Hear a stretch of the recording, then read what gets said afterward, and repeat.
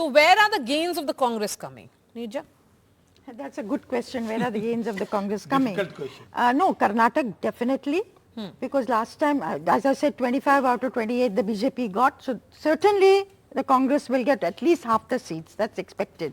Telangana, I think BJP can up its tally. It had 4. It may go up a couple of seats because I think the BRS is going to virtually collapse. It's going to be a Congress versus a BJP fight in Telangana. So that's where certainly it will come. You know, but just going back to just one small point I want to make, and that is that the BJP hoped that the Ram temple would be the Balakot of 2024. You know, create that nationalistic fervor.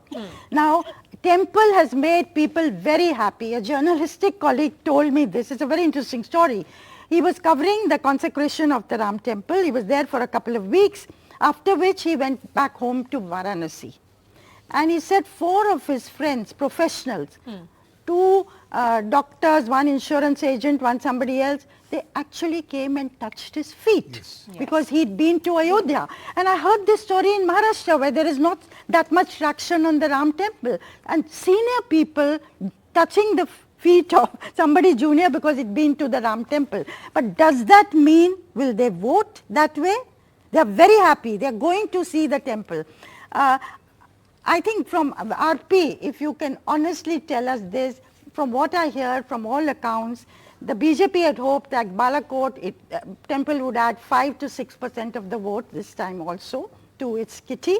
But actually it's not having that kind, you know, the movement is petering out somewhat. And that's why I think the BJP fervor is looking... peaked on 22nd of January when there was the consecration. That was a high. Yes, that was the high, and now... And the Prime Minister also has not been speaking on it. So therefore, I think they're trying to latch on to some issue, you know, which will create this nationalistic fervor. Because UP, I believe UP is very important for the BJP. That's a state where they can ramp up their tally to 62 in 2019. They can ramp it by 10 seats at least. Yes, and Mayawati is going alone. So it's a triangular contest. Absolutely. And I think that is the critical difference, at least as far as UP is concerned, between last time and this time. Last time there was a very strong alliance between the BSP and SP, you know, on the ground, and actually those who attended their rallies, and you know, said that there was, seats. yes, and they managed 15 seats. And there was a lot of spark, you know, in that. Today, Mayawati is going on her own. She is, you know, actually, RLD has gone. SP and Congress together, you know, it gives the BJP the opportunity to revive fears of this Muslim Yadav domination, the, you know, the Gunda Raj, as, you know, the SP rule was known as. So I think the BJP is, and with the Ram temple together, I think the BJP is on a fairly good wicket in UP. The question is, you know, 303, yes, they have to retain. The thing is, where do they get the 100 seats from? Where are they getting 100 is a huge Okay, let number. me ask that to you know, I mean, Professor you know, Sandeep to Shastri. do that, they would have to sweep the South. Can I come and in, can they Maria? sweep the South?